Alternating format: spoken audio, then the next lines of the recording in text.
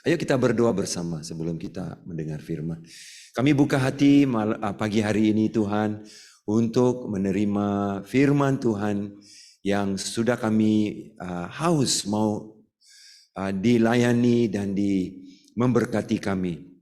Kami berdoa Tuhan, bukalah pengertian dan juga apa yang kami mau dengar, biar itu bukan hanya menjadi satu informasi, tapi menjadi inspirasi. Justru Tuhan itu datang daripada perwahyuan Roh Kudus yang terus bekerja di dalam hidup kami ini. Di dalam nama Tuhan Yesus yang baik, saya sudah berdoa. Amin. Amin. Tajuk yang saya diberikan adalah tajuk yang bukan senanglah, tapi tajuk yang perlu dan sangat mencabar kita hari ini, yaitu impak, trend dan pengaruh digital kepada generasi hari ini. Apakah impak, trend dan juga pengaruh digital kepada generasi hari ini? Generasi yang seperti fish in the water, seperti ikan yang di dalam air itu. Kau tahukah ikan dalam air tidak perlu menyesuaikan diri, sebab dia memang hidup dalam air lah. Kau kasih keluar itu ikan keluar dari air, baru itu susah.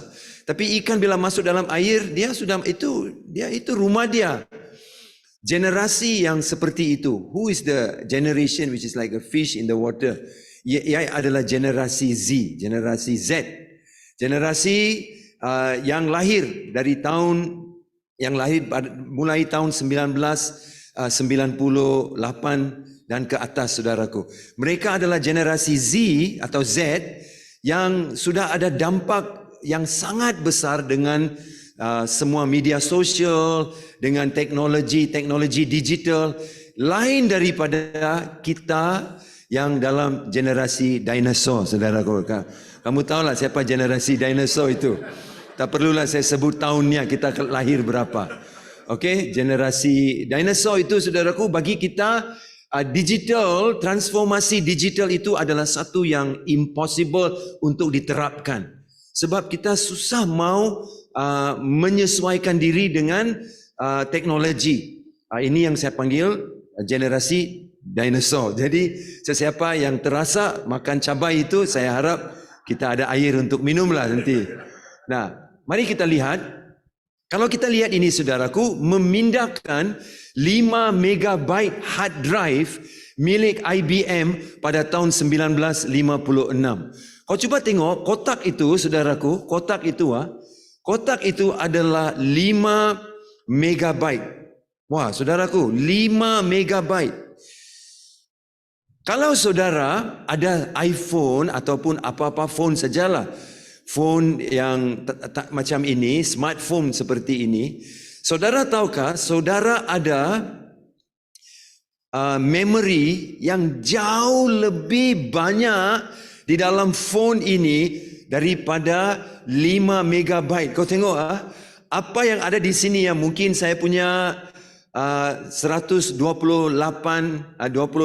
gigabyte.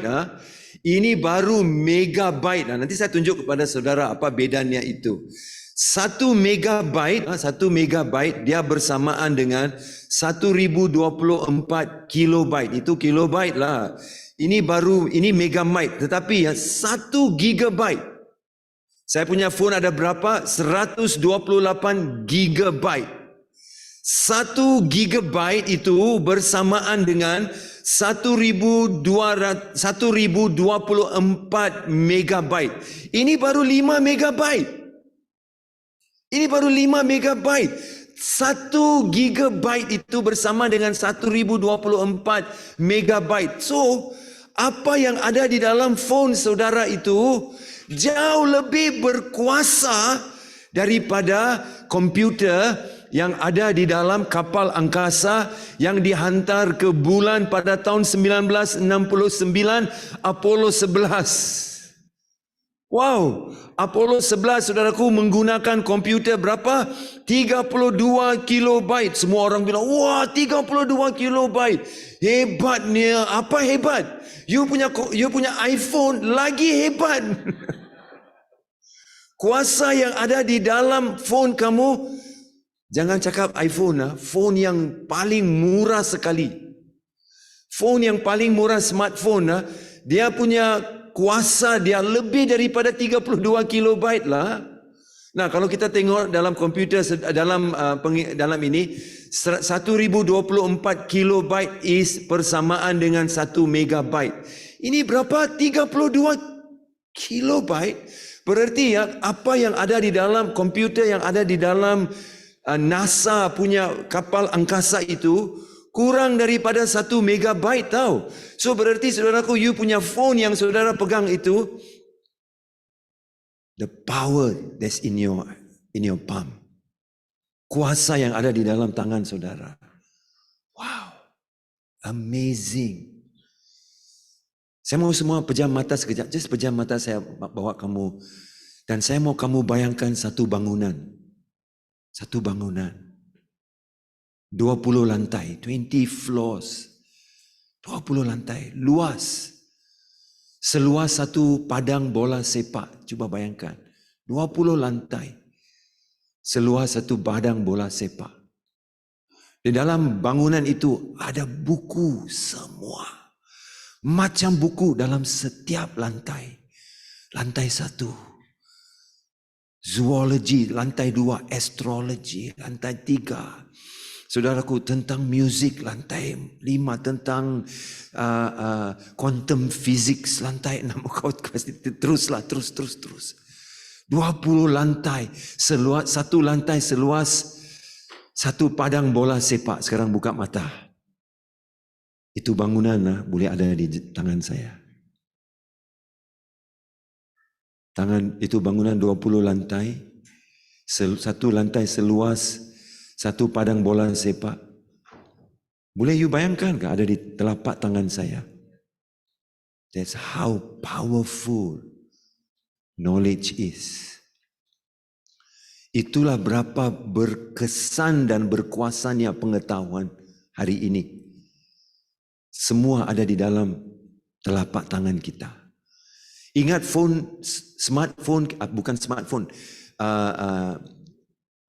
handphone kita yang pertama, ingatkah? Besar saudaraku. Orang Sabah bilang besar bah itu. Saya pernah ada satu kawan saya bagi saya satu phone. Saya taruh dalam poket saya. Sini tak boleh sebab terlalu besar. Saya taruh dalam poket belakang. Saya jalan macam ini kena. Sebab terlalu berat saudara. Kami pergi kedai kopi sengaja kami angkat taruh atas meja. Semua orang tengok, taiko taya. Betul. Dan tiba-tiba angkat itu phone, cakap kuat-kuat. Yes, halo, apa kabar? Semua orang kedai kopi tengok, wah hebatnya. Hari ini ada mungkin lebih dari berbilion orang di dunia ini ada komputer di rumah. Tapi ada berapa bilion lagi, mungkin 1 bilion, 2 bilion ada komputer di rumah. Tapi mungkin 5-7 bilion orang dalam dunia ini semua orang ada handphone tahu. Semua orang ada handphone. Berarti saudaraku, kuasa yang ada di dalam tangan manusia hari ini luar biasa. Bila saya bawa satu ilustrasi semasa dalam khotbah saya, dan bila saya cakap tentang angka, tentang lokasi, tentang geografi, kau tahu tak ada ini Gen Z semua, Gen Z mereka sudah mula Google sudah. Betulkah pastor cakap ini? Dia sudah fact check you, sudah tahu.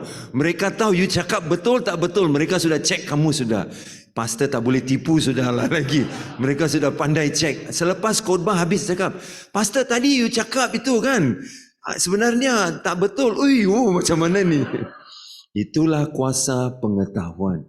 So saudara, kita berhadapan dengan suatu fenomena yang sangat ajaib, yang besar dan luar biasa.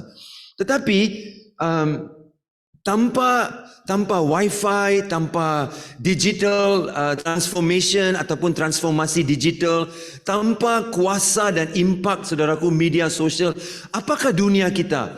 Ada seorang anak bertanya kepada bapaknya, ini jawapan bapaknya. My kids ask me, how is it like growing up in the 80s? So I took their phones away and turned off the internet. There you go. That's the world in 1980s.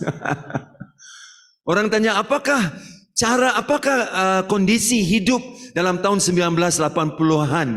Bapak itu tutup wifi, ambil handphone, kau tahulah. 1 minit tak ada wifi ya, seperti orang orang boleh hidup 1 minit tanpa Roh Kudus, tapi 1 minit tanpa wifi dia tidak boleh hidup. Aduh, teruk betul gini kondisi manusia hari ini. Coba saudara bayangkan, saya potong itu wifi ya.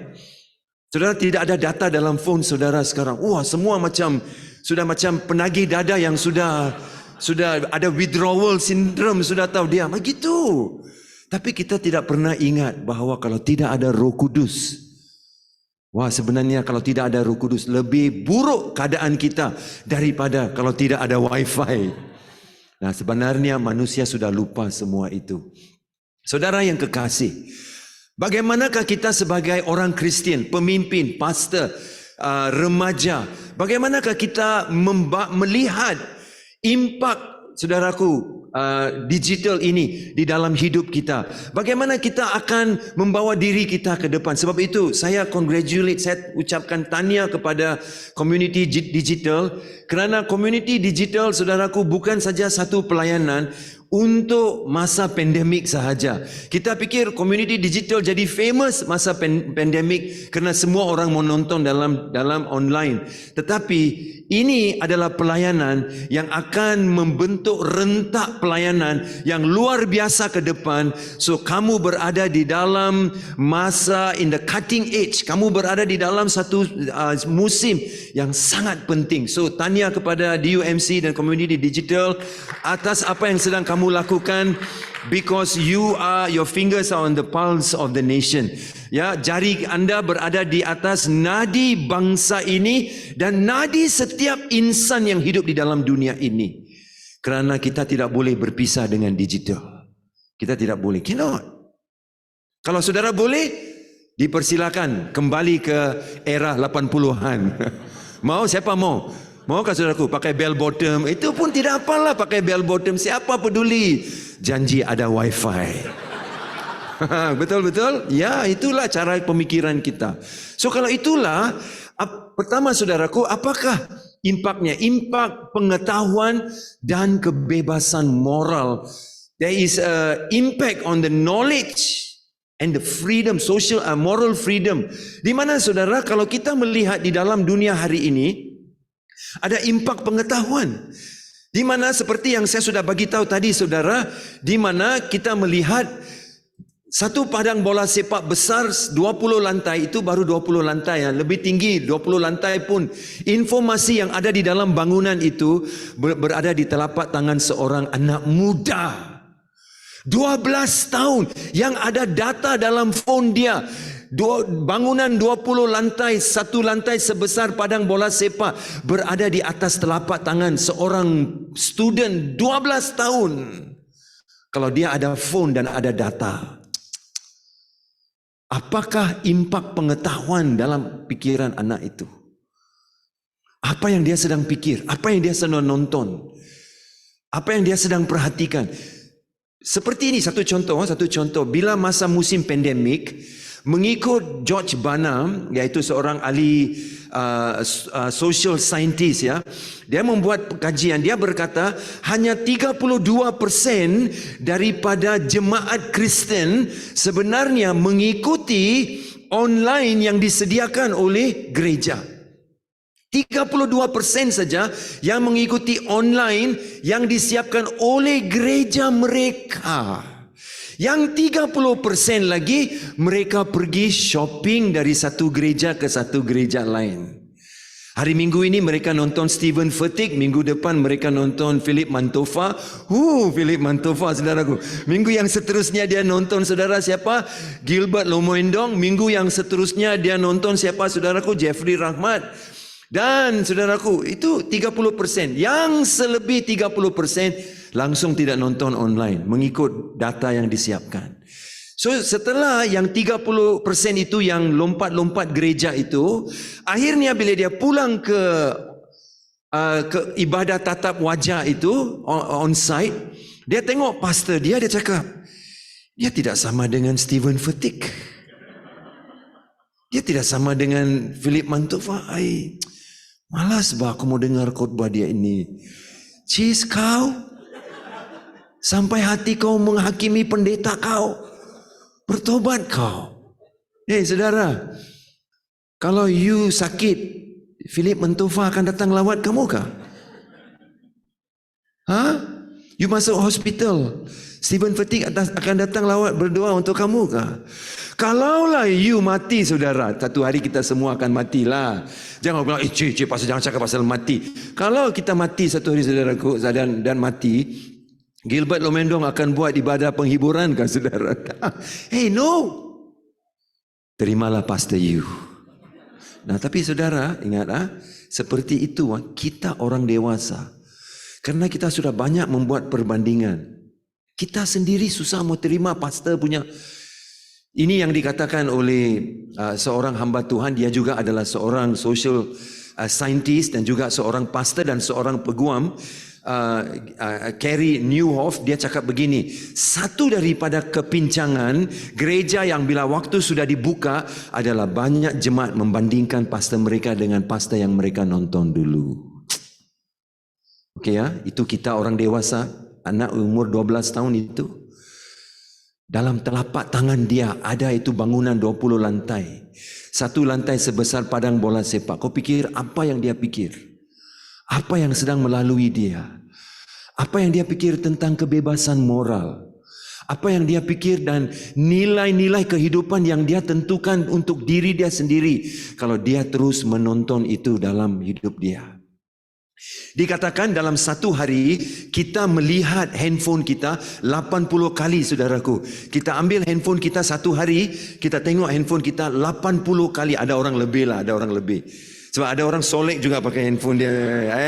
Saudara, betul tak betul? Kan? Ya. Satu hari 80 kali. Dulu cara kita pakai handphone kita selalu dengar, betul? Sekarang kita tidak dengar, kita tengok banyak. Betul tak? Kau tengok di dalam bus berapa orang tengok, dalam MRT berapa orang, di Boston Amerika Syarikat ada seorang perompak masuk ke dalam satu subway atau satu MRT lah. Dia masuk, semua orang sedang tengok, mereka sedang tengok mereka punya phone tahu. Dia angkat itu pistol, dia tunjuk macam ini, dia cakap tak ada satu orang pun beri perhatian kepada dia. Dia taruh balik dia punya pistol, dia tunggu untuk kesempatan. Kemudian dia cabut balik pistol dia dan dia tengok, tak ada orang tengok dia. Semua terus tengok dia punya phone. Kemudian ketiga kali dia bilang, ini gila punya orang ini. Hari ini dalam dunia digital merompak pun susah. Dia cabut dia punya pistol sekali lagi. Apa mereka buat? Mereka tidak peduli, mereka terus tengok phone mereka. Dia kasih masuk dia punya gun, dia keluar daripada MRT dia. Kau tengok, saudaraku, orang hidup bukan lagi dengar phone, tapi orang hidup tengok phone, jalan pun tengok phone, saudaraku, sedang berbaris di dalam jabatan kerajaan, 2, 3, 0, 5, counter, 4, counter, lama lagi. Apa orang buat? Orang tengok phone. Dalam pesawat orang tengok phone. Dalam semua tempat orang tengok phone. Saya harap di gereja orang tengok pendeta. Amin. Kasih tahu teman kiri kanan kamu. Jangan kau tengok phone kau, kawan. Jangan kau tengok phone kau, sayang. Oi. Tengok pendeta kau.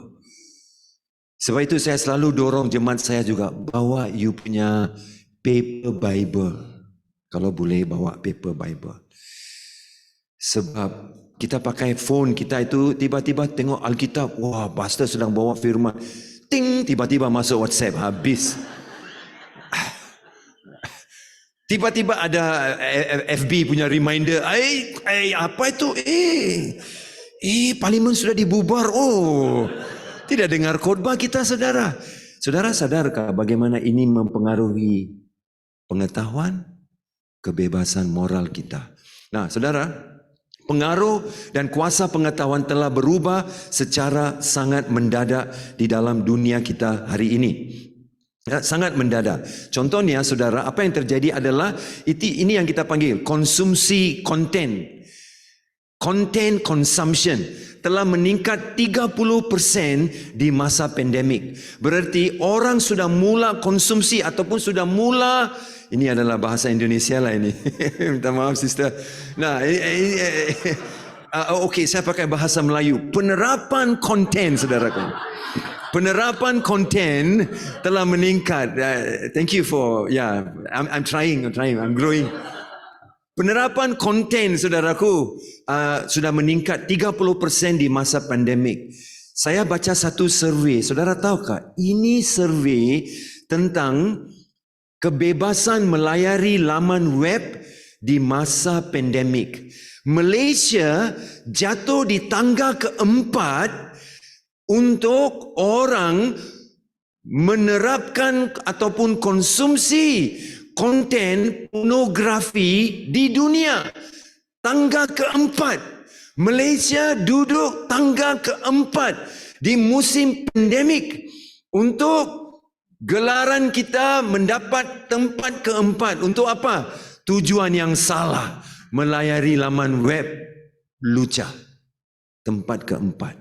Nah, saudaraku, content shock adalah satu istilah yang dipilih oleh Mark Schaefer, dan dia berkata begini, adalah satu istilah yang digunakan untuk di mana dalam 1 detik ataupun 1 saat berapa banyak informasi yang diterapkan. Contohnya setiap 60 saat 3.3 juta orang membuat post di Facebook dan 29 juta orang message orang diedarkan di WhatsApp lagi, saudaraku. Cuba lihat infografik ini, sangat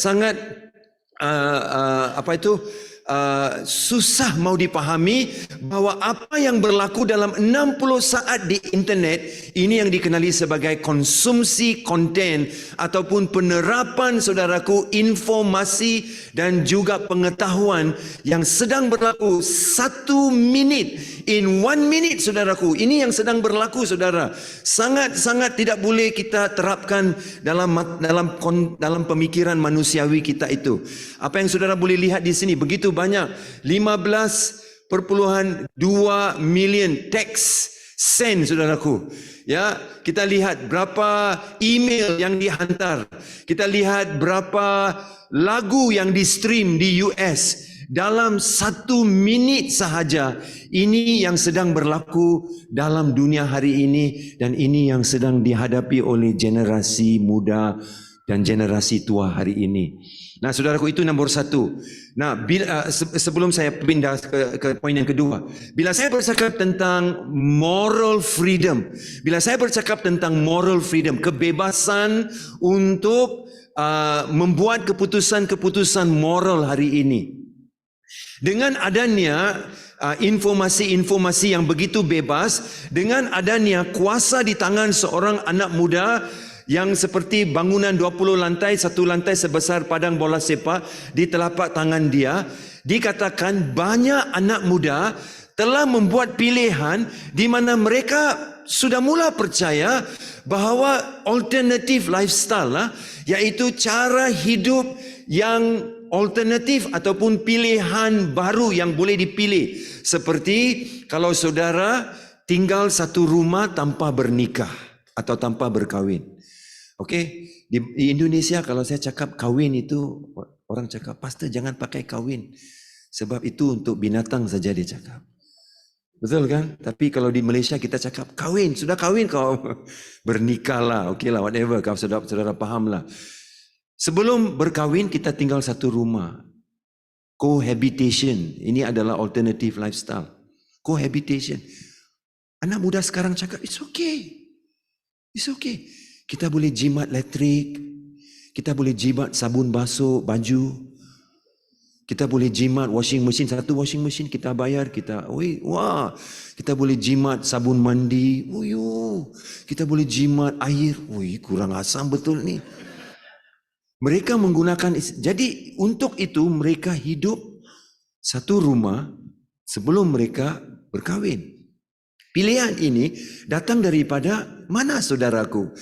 Nah, mengikut apa yang kita tahu, dengan kebebasan yang sudah sedia ada di dalam dunia digital, di mana kita ada begini, di mana, saudaraku, konsumsi konten yang begitu banyak menyebabkan cara kita pikir dan cara kita buat keputusan bercanggah dengan firman Tuhan. Macam cara hidup yang dipromosikan LGBTQ seperti yang kita semua tahu. Nah, kita bukan orang yang hantam dan hantar orang-orang yang ada pegangan seperti ini untuk dihancurkan ataupun dihumban ke dalam neraka. Tidak. Tuhan Yesus mengasihi kita semua. Termasuk orang yang membuat pilihan untuk memilih alternatif lifestyle seperti itu juga. Tetapi saudara, apa yang saya bawa di depan kita semua adalah ini. Lebih banyak pengetahuan yang ada di tangan seorang anak muda, lebih bebas mereka untuk mengubah pendirian moral mereka. Sehingga hari ini saudara boleh cakap dengan banyak anak-anak, banyak remaja Kristian sendiri juga. Apakah pandangan mereka tentang seks pranikah? Apa pandangan mereka tentang seks pranikah? Saya pikir saya dapat satu pelajaran dari DUMC mungkin, saya tak berapa pasti. Buku pemuridan yang kami pakai adalah, satu daripadanya untuk anak muda kami adalah Too Close Too Soon, intim terlalu awal. Kenapa hari ini bila remaja jatuh cinta, kenapa mereka menjadi intim terlalu awal? Too close, too soon. Sengaja bawa girlfriend dia pergi ke panggung wayang, sengaja nonton cerita seram. Dan bila adegan seram datang, gadis itu, oh, dia bilang, jangan takut, aku ada di sini saya. Dan tangan yang pada awalnya adalah digunakan untuk membelai dan memeluk, tiba-tiba menjadi tangan sotong, saudara. Saudara paham apa itu tangan sotong? Saya tidak perlu demonstrasi buat saudara. Saudara ngerti ya, apa itu tangan sotong, saudara? Saya selalu cakap dengan jemaat saya, anak muda saya bilang dengan dia begini, kalau you punya boyfriend, tiba-tiba jadi tangan sotong, kau stop dia, kau ambil 20 sen dari poket kau. Kau bagi dia 20 sen, kau cakap, ini 20 sen. Di luar ada satu public phone. Kau pergi call bapak saya. Dan tanya bapak saya, bolehkah uncle saya mensotongkan anakmu? Dan kalau bapak saya bilang okey, dipersilakan. Pasti dia tidak berani kan? Nah, saudara, apa yang terjadi hari ini adalah mengikut satu survei yang dibuat di mana dalam Pew Research, di mana saudaraku jumlah pengertian anak muda Kristian, bukan dunia Kristian, pandangan dan pendirian mereka tentang keintiman perhubungan, seperti menyentuh bahagian-bahagian badan temannya atau boyfriend girlfriendnya yang seharusnya hanya dikhususkan untuk suami istri. Apakah pandangan mereka? Sangat mengejutkan bila kita mendapati mereka berkata tak salah. Padahal konsep seperti itu dipegang secara tradisi oleh mereka yang hidup di dalam alam perkahwinan saja. Tetapi hari ini mereka yang belum berkahwin bercakap menyentuh bahagian-bahagian badan dan mengadakan keintiman seperti yang diadakan oleh suami istri adalah satu yang normal. Ini bukan orang dunia, ini anak Kristen. Dari mana mereka mendapat kebebasan moral ini? Mereka sudah dipengaruhi oleh pandangan-pandangan yang kita lihat hari ini. Homoseksual, saudaraku, bisexual, saudaraku, saya boleh tukar-tukar pasangan, saya boleh suka lelaki, saya boleh suka perempuan. Semua ini adalah kebebasan moral yang sudah berleluasa dan ada di telapak tangan remaja saudara hari ini. Wah, satu tugas yang sangat besar. Impact bisnes, dalam dunia bisnes kita lihat.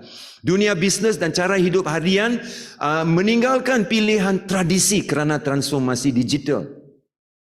Contohnya saudara, cara saudara hidup sudah dipengaruhi oleh dunia bisnes kita. Contohnya, transformasi sektor percutian. Kalau kita pikir, saudaraku, kita pergi ke hotel, kita selalu pilih pergi hotel. Sekarang mana ada orang pergi hotel?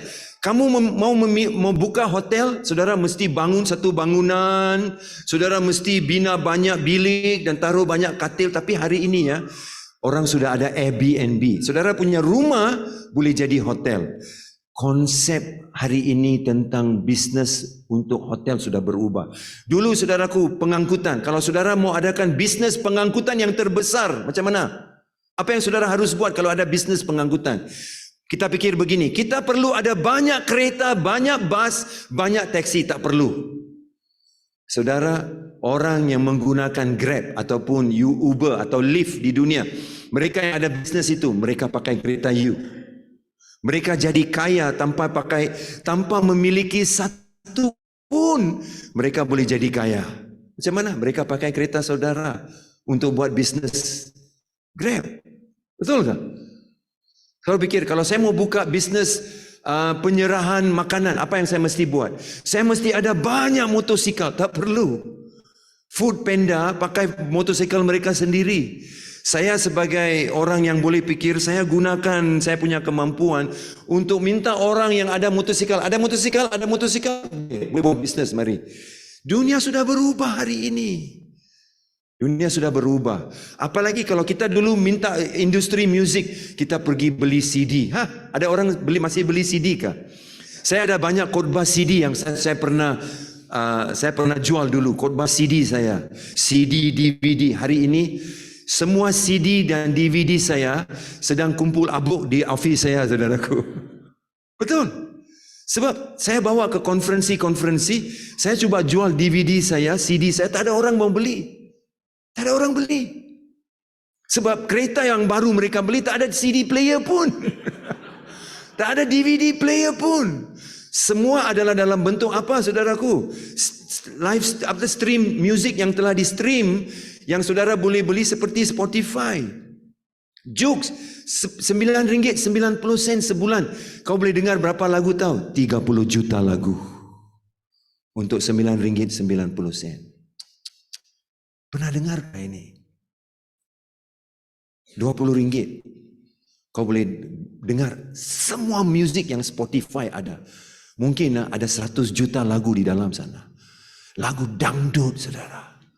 Lagu rohani. Apa saja lagu kau boleh dapat. Luar biasa kan? Mana ada orang beli kaset? Ada sesiapa kaset? Masih pakai kaset? Selepas sesi ini saya mau doa untuk kamu. Cepat. Saya mau tumpang tangan betul-betul. Kalau boleh tumpang kaki pun, saudara. Kamu sudah ketinggalan zaman. Kamulah yang dikenali sebagai, saudaraku, generasi. Apa itu saya bilang? Dinosaur. Oh, kesiannya kau ni masih pakai kaset, saudara. Nah, saudara yang kekasih dalam Tuhan Yesus Kristus. Banyak lagi transformasi pemakanan, restoran. Hari ini ya, orang kalau mau pergi ke restoran kah, sangat mahal. Grab makanan ke rumah dan hiasi rumah kamu seperti menjadi restoran dan kau makan. Masa pandemik, isteri saya punya hari jadi ngam-ngam kena pada waktu PKP yang first itu. Sangat serius betul. Tak boleh keluar, tak boleh itu. Tapi Grab masih aktif. Saya bawa makanan kegemaran dia dari restoran. Saya hiasi meja, saya taruh bunga, saudara. Semua saya buat.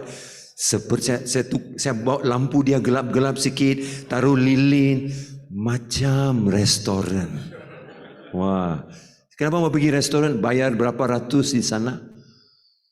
Boleh buat di rumah. Orang sudah mulai bertukar pikiran mereka, cara mereka melakukan bisnes ataupun pilihan tradisi harian mereka. Nah, kelahiran generasi keusahawan, entrepreneurial generation, iaitu Generation Z. Satu kajian Bank of America Merrill Lynch yang dikenali sebagai New Kid on the Block, ya, mendapati generasi Y merangkumi 27% atau 2 bilion penduduk dunia, dan Generation Z pula merangkumi 32% atau 2,4 bilion penduduk dunia. Generation Z ini, saudaraku, kamu yang lahir sejak tahun 1998, nah, saudara tahukah, kamu adalah seperti ikan dalam air. Teknologi digital bukan satu yang aneh dan yang di luar kebiasaan. Ia adalah satu seperti ikan dan air. Kamu boleh terapkan diri kau dengan begitu senang. Bagi saya seperti generasi X dan generasi yang lebih tua dari saya, yaitu generasi baby boomer semua, bagi kami untuk belajar pakai phone itu Belajar pakai email, belajar itu adalah satu yang sangat susah.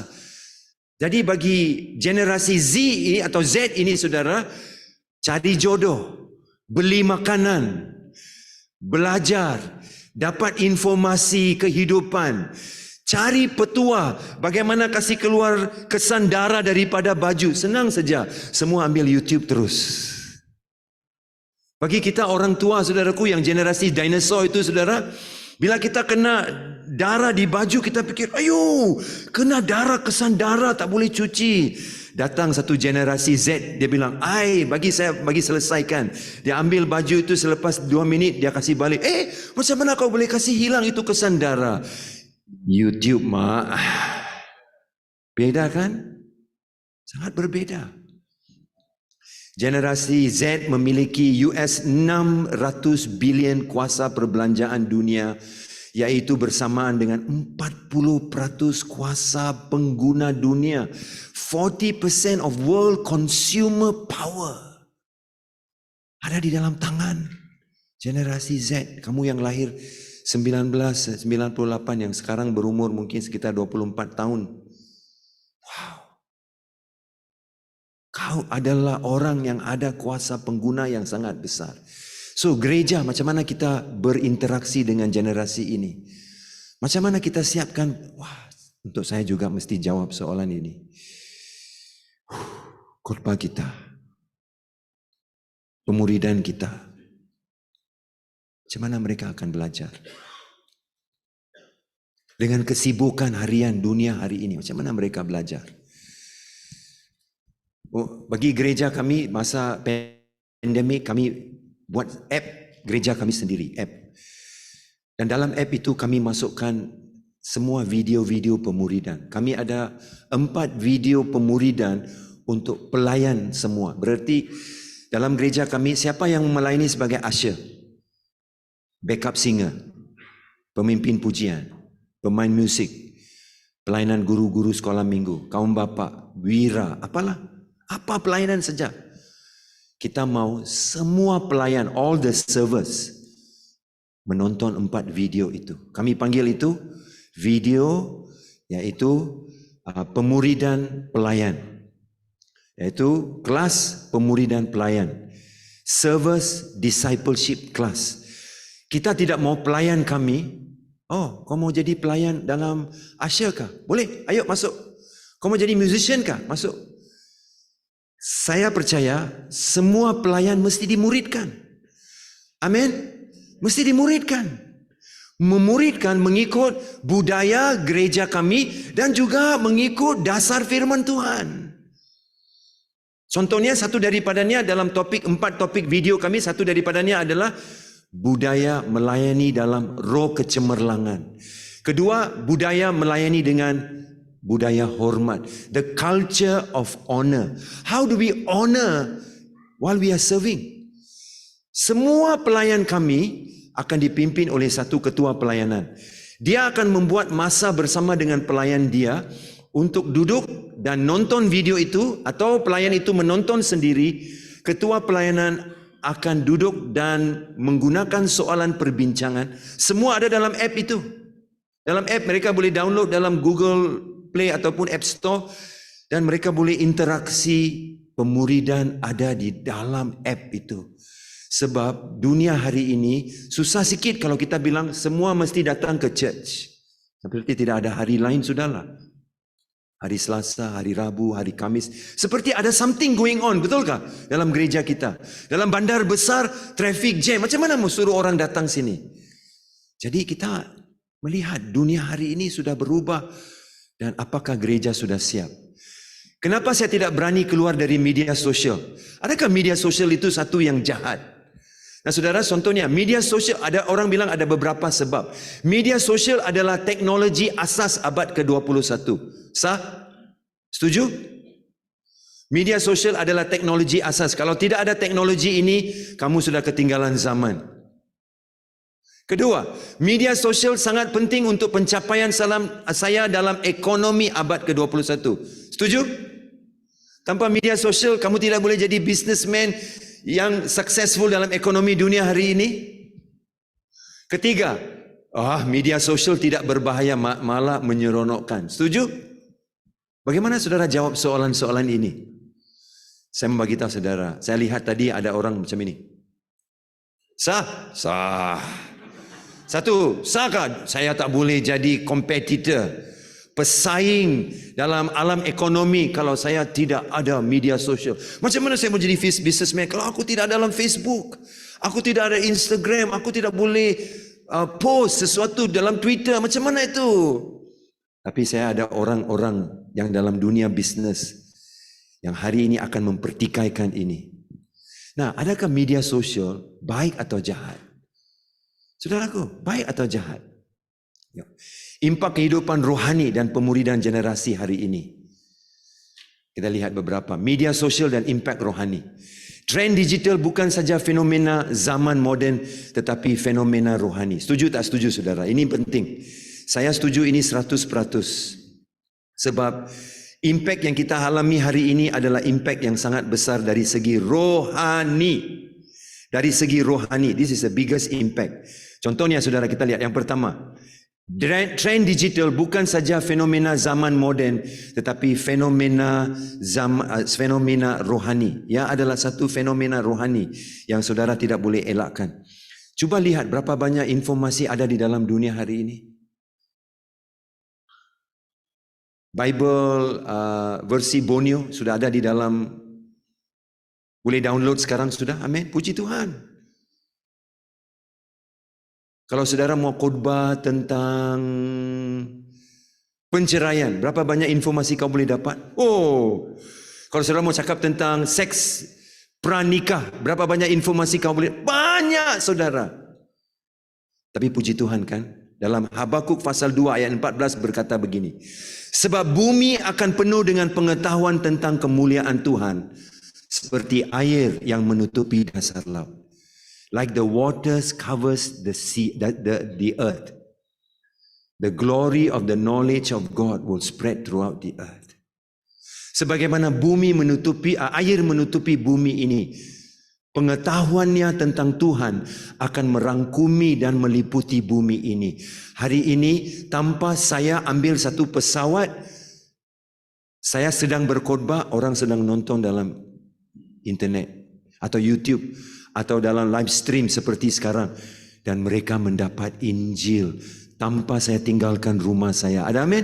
Pengetahuan Tuhan sudah merebak luas hari ini seperti air meliputi bumi ini. Injil dan firman Tuhan sedang bergerak. Come on semua, kita yang ada kuasa digital transformasi ini, mari kita gunakan dengan luar biasa.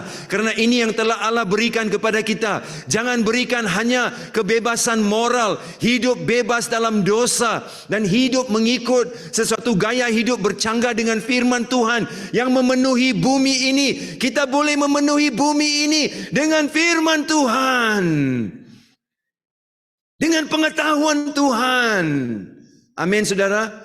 Kerana inilah yang kita perlu bagi hidup kita. Kedua, kita bertembung dengan falsafah dan budaya dunia. Kedua saudara, kita bertembung dengan falsafah dan budaya dunia. Dalam 5 minit saya akan habis. Nah saudara, apakah maksud saya kita bertembung falsafah dunia dan falsafah budaya dunia? Coba lihat firman ini, Yohanes 3:16. Karena begitu besar kasih Allah akan dunia ini. God so loves the world. Betul? Sehingga ia telah mengaruniakan anaknya yang tunggal. Ayat Yohanes 3:16 berkata, Allah mengasihi dunia. Tetapi 1 Yohanes, penulis yang sama. Yohanes 3:16 dan 1 Yohanes adalah penulis yang sama. Dia berkata dalam ayat 15 dan 16, janganlah kamu mengasihi dunia. How? Macam mana? Yohanes 3:16 berkata Allah mengasihi dunia, tetapi 1 Yohanes 2:15 berkata janganlah kamu mengasihi dunia. Ada satu pertumbungan falsafah. Yohanes 3:16 firman Tuhan bercakap tentang manusia. 1 Yohanes 2:15 bercakap tentang falsafah dunia. Jangan kita kasihi falsafah dunia lain, mengasihi manusia lain. Dan apa yang ada di dalamnya, jika orang mengasihi dunia, maka kasih Bapa tidak ada di dalam dia. dalam orang itu. Sebab semua yang ada di dalam dunia, yaitu keinginan daging, keinginan mata, dan keangkuhan hidup, bukanlah berasal dari Bapa, melainkan dari dunia. Keinginan daging itu apa, saudaraku?